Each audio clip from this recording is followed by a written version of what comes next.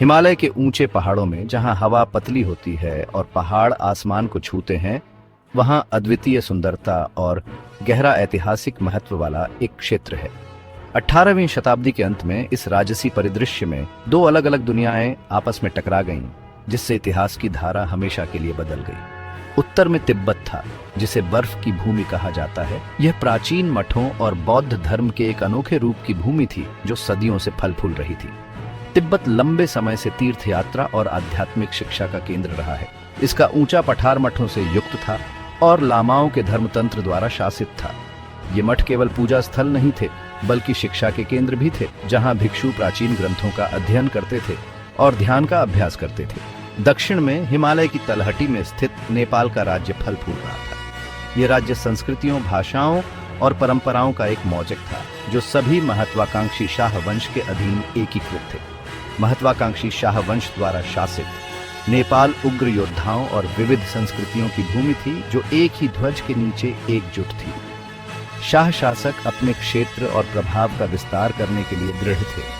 वे खुद को इस क्षेत्र के राइटफुल यूनिफायर्स के रूप में देखते थे। ये दो दुनियाएं भौगोलिक रूप से इतने करीब होने के बावजूद सांस्कृतिक रूप से भिन्न थीं।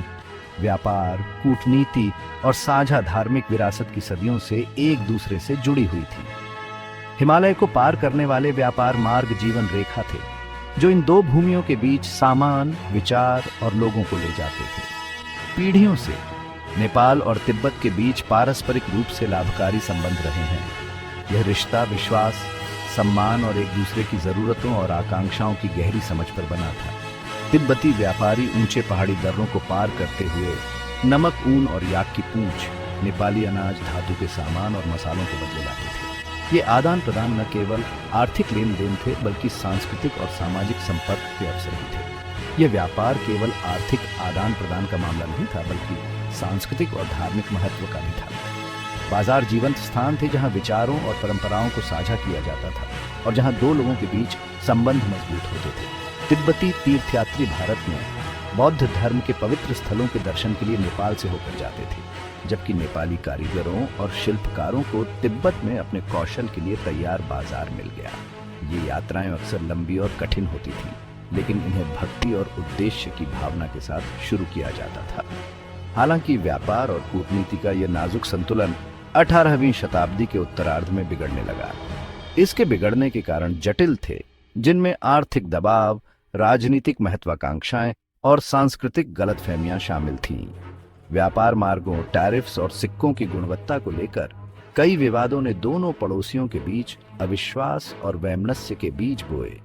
ये विवाद अक्सर अफवाहों और गलत सूचनाओं से भरे होते थे, जिससे आम सहमति तक पहुंचना मुश्किल हो जाता था। संघर्ष का मूल नेपाल और तिब्बत के अलग अलग आर्थिक हितों में निहित था। जहां नेपाल व्यापार पर अपने प्रभाव और नियंत्रण का विस्तार करना चाहता था, वहीं तिब्बत का उद्देश्य अपने पारंपरिक जीवन के तरीके की रक्षा करना और अपनी स्वायत्तता बनाए रखना था। नेपाल के गोरखा शासकों, विशेष रूप से महत्वाकांक्षी राजा पृथ्वी नारायण शाह और उनके उत्तराधिकारियों ने तिब्बत में विस्तार और संवर्धन के अवसर देखे।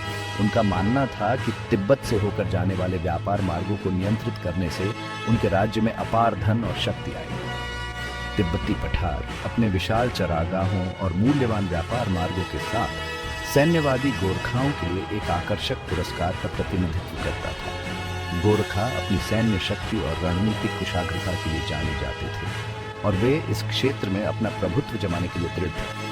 अपनी बात करें तो तिब्बत ने अपनी स्वायत्तता और पारंपरिक जीवन शैली को बनाए रखने की कोशिश की।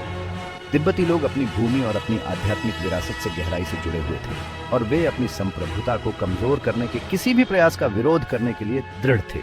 दलाई लामा और उनके सलाहकारों के मार्गदर्शन में तिब्बती सरकार ने कूटनीति और धार्मिक अपीलों के माध्यम से नेपाली अतिक्रमण का विरोध करने का प्रयास किया। उन्होंने बढ़ते तनाव के शांतिपूर्ण समाधान खोजने की कोशिश की, इस उम्मीद में कि दोनों देशों के बीच लंबे समय से चली आ रही सद्भावना को बनाए रखा जा सके। हालांकि ये प्रयास गोरखा साम्राज्य की बढ़ती महत्वाकांक्षाओं को रोकने के लिए अपर्याप्त साबित हुए। गोरखा सत्ता के अपने लक्ष्य को प्राप्त करने के लिए अथक थे और वे अपने लक्ष्यों को प्राप्त करने के लिए बल प्रयोग करने को तैयार थे। मंच हथियारों के टकराव के लिए तैयार किया गया था, जो हिमालय के भू राजनीतिक परिदृश्य को फिर से बदल देगा। इस संघर्ष के दूरगामी परिणाम होंगे न केवल नेपाल और तिब्बत के लिए, बल्कि पूरे क्षेत्र के लिए, क्योंकि शक्ति संतुलन स्थानांतरित हो गया और नए गठबंधन बने। तिब्बत और नेपाल के बीच संबंधों को लंबे समय से व्यापार और श्रद्धांजलि के एक जटिल इंटरप्ले की विशेषता रही है, एक नाजुक संतुलन जो सदियों से विकसित हुआ था। तिब्बत अपने दक्षिणी पड़ोसी के रणनीतिक महत्व को पहचानते हुए पारंपरिक रूप से नेपाल को एक सिंबॉलिक ट्रिब्यूट देता रहा था।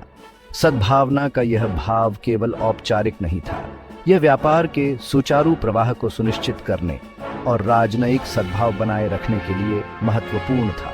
हालांकि 18वीं शताब्दी के अंत तक यह श्रद्धांजलि विवाद का एक महत्वपूर्ण कारण बन गई थी। बदलते राजनीतिक परिदृश्य और क्षेत्रीय शक्तियों की बढ़ती महत्वाकांक्षाओं ने इस सीधे सादे रिश्ते में जटिलता की परतें जोड़ दी। नेपाल के गोरखा शासक देश के अपने हालिया एकीकरण से उत्साहित होकर तिब्बती श्रद्धांजलि को कमजोरी की निशानी के रूप में देखने लगे। उन्होंने इसे शोषण के अवसर और अपनी नई शक्ति का दावा करने के साधन के रूप में देखा। उन्होंने श्रद्धांजलि भुगतान में वृद्धि की मांग की और तिब्बती मामलों में हस्तक्षेप किया, जिससे दोनों देशों के बीच संबंधों में और तनाव आया। गोरखाओं का आक्रामक रुख इस क्षेत्र पर हावी होने की उनकी महत्वाकांक्षाओं का स्पष्ट संकेत था। आग में घी डालने का काम सिक्कों को लेकर विवाद था, एक मामूली सा मुद्दा जिसके दूरगामी परिणाम हुए। तिब्बत ने अपने शक्तिशाली संरक्षक चीन के किंग राजवंश के कहने पर नेपाल के साथ अपने व्यापार में उपयोग के लिए एक नए चांदी के सिक्के का खनन शुरू कर दिया था। इस कदम का उद्देश्य व्यापार को मानकीकृत करना और सुविधाजनक बनाना था, लेकिन इसके अनपेक्षित परिणाम हुए। हालांकि नेपाली सरकार ने तिब्बती सिक्के को घटिया क्वालिटी का मानते हुए आरोप लगाया कि इसमें चांदी कम है जितनी होनी चाहिए। यह आरोप चाहे तथ्य पर आधारित हो या रणनीतिक चाल, एक महत्वपूर्ण दरार पैदा करता है। यह आरोप चाहे सच हो या आर्थिक दबाव बनाने के लिए एक सोची समझी चाल, ने नेपालियों को तिब्बत के साथ तनाव बढ़ाने के लिए एक सुविधाजनक बहाना प्रदान किया। आर्थिक निहितार्थ गंभीर थे, जिससे व्यापार और राजनयिक संबंध प्रभावित हुए। नेपाली सरकार ने नए तिब्बती सिक्कों को स्वीकार करने से इनकार कर दिया। इसके बजाय शुद्ध चांदी के बुलियन में भुगतान की मांग की। ये मांग सिर्फ सिक्के की गुणवत्ता को लेकर नहीं, बल्कि तिब्बती व्यापार को अस्थिर करने के लिए एक रणनीतिक कदम था। इसने दोनों देशों के बीच लंबे समय से चले आ रहे व्यापारिक संबंधों को प्रभावी ढंग से बाधित कर दिया, जिससे दोनों अर्थव्यवस्थाओं को नुकसान हुआ, लेकिन तिब्बती व्यापारियों को विशेष रूप से नुकसान हुआ। तिब्बती व्यापारियों द्वारा सामना की जाने वाली आर्थिक कठिनाई नेपाली रणनीति का प्रत्यक्ष परिणाम थी। आधुनिक नेपाली राज्य के चतुर और महत्वाकांक्षी संस्थापक राजा पृथ्वी नारायण शाह ने तिब्बत के साथ बढ़ते तनाव से उत्पन्न अवसर को पहचाना। उनका दृष्टिकोण तत्काल लाभ से आगे बढ़कर दीर्घकालिक क्षेत्रीय प्रभुत्व तक फैला हुआ था। उन्होंने सिक्कों को लेकर विवाद को न केवल एक आर्थिक मामला माना, बल्कि इस क्षेत्र में नेपाली प्रभुत्व का दावा करने का मौका माना। उनका रणनीतिक दिमाग हमेशा अपनी शक्ति का विस्तार और समेकन करने के तरीकों की तलाश में रहता था। शाह, एक कुशल रणनीतिकार और एक क्रूर नेता, ने अपनी सेना को संगठित करना शुरू कर दिया। संभवतः तिब्बत पर आक्रमण की तैयारी कर रहा था। उसकी सैन्य तैयारियां सूक्ष्म थीं, जो पहाड़ी युद्ध की जटिलताओं के बारे में उसकी समझ को दर्शाती थी। वह समझ गया था कि हिमालय का पहाड़ी इलाका, जबकि चुनौतीपूर्ण है, उसका उपयोग उसके फायदे के लिए भी किया जा सकता है। ऊबड़ खाबड़ इलाका एक बाधा और एक रणनीतिक संपत्ति दोनों था।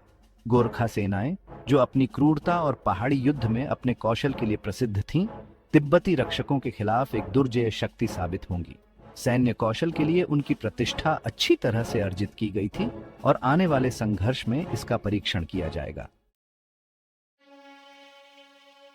1788 में नेपाली दरबार के आशीर्वाद और लूट और विजय के सपनों से प्रेरित होकर गोरखा सेना ने उत्तर की ओर कूच किया।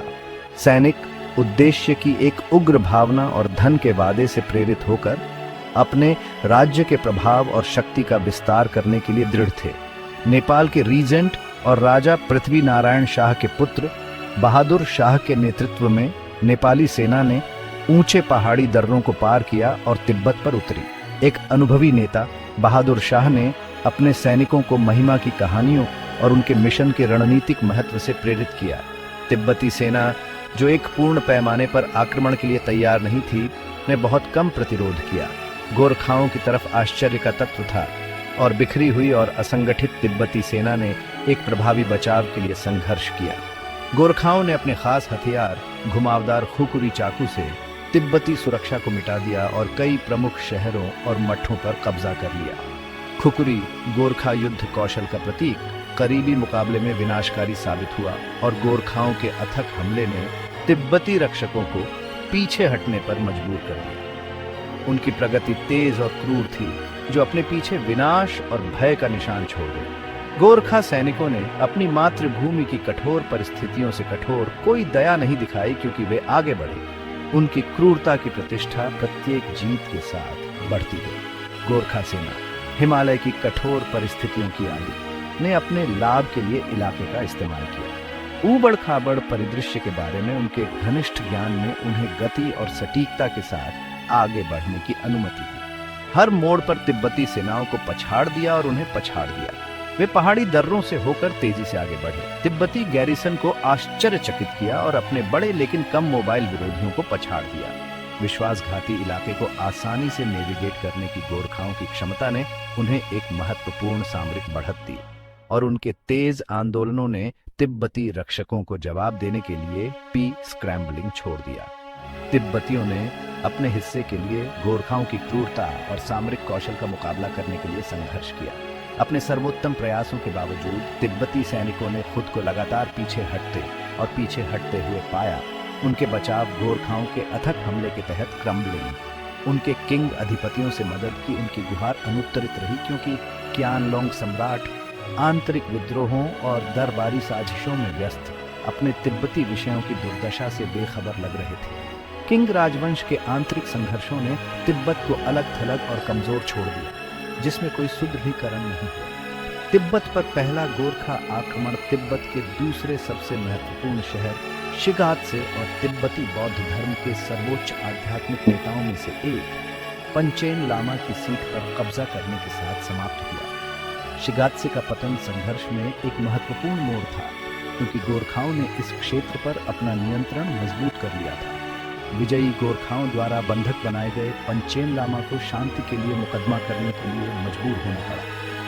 इतने प्रमुख धार्मिक व्यक्ति को पकड़े जाने से पूरे तिब्बत में सदमे की लहर दौड़ गई और पंचेन लामा की शांति की याचिका ने गोरखा खतरे की गंभीरता को रेखांकित किया। नेपालियों के पक्ष में एक संधि पर हस्ताक्षर किए गए समझौते की शर्तें गोरखाओं की प्रमुख स्थिति को दर्शाती हैं, जिसमें तिब्बत ने शत्रुता की समाप्ति को सुरक्षित करने के लिए महत्वपूर्ण रियायतें दी हैं। तिब्बत नेपाल को एक मोटी वार्षिक श्रद्धांजलि देने और रणनीतिक रूप से महत्वपूर्ण कई सीमावर्ती शहरों का नियंत्रण सौंपने के लिए सहमत हो गया। इन रियायतों ने न केवल नेपाल को समृद्ध किया, बल्कि प्रमुख क्षेत्रों पर इसके प्रभाव का विस्तार किया, जिससे इसकी शक्ति और मजबूत हुई। गोरखा अपनी तेज जीत से उत्साहित और युद्ध की लूट से समृद्ध होकर नेपाल विजयी होकर लौटे। उनके सफल अभियान ने दुर्जेय योद्धाओं के रूप में उनकी प्रतिष्ठा को और बढ़ाया और राज्य में महत्वपूर्ण धन और प्रतिष्ठा लाई। हालांकि उनकी जीत अल्पकालिक होगी। जीत, जबकि महत्वपूर्ण थी, नेपाल के भीतर और अपने पड़ोसियों के साथ भविष्य के संघर्षों और चुनौतियों के लिए मंच तैयार किया। गोरखाओं की महत्वाकांक्षाओं और बदलते राजनीतिक परिदृश्य ने यह सुनिश्चित कर दिया कि उनके संघर्ष खत्म नहीं हुए हैं।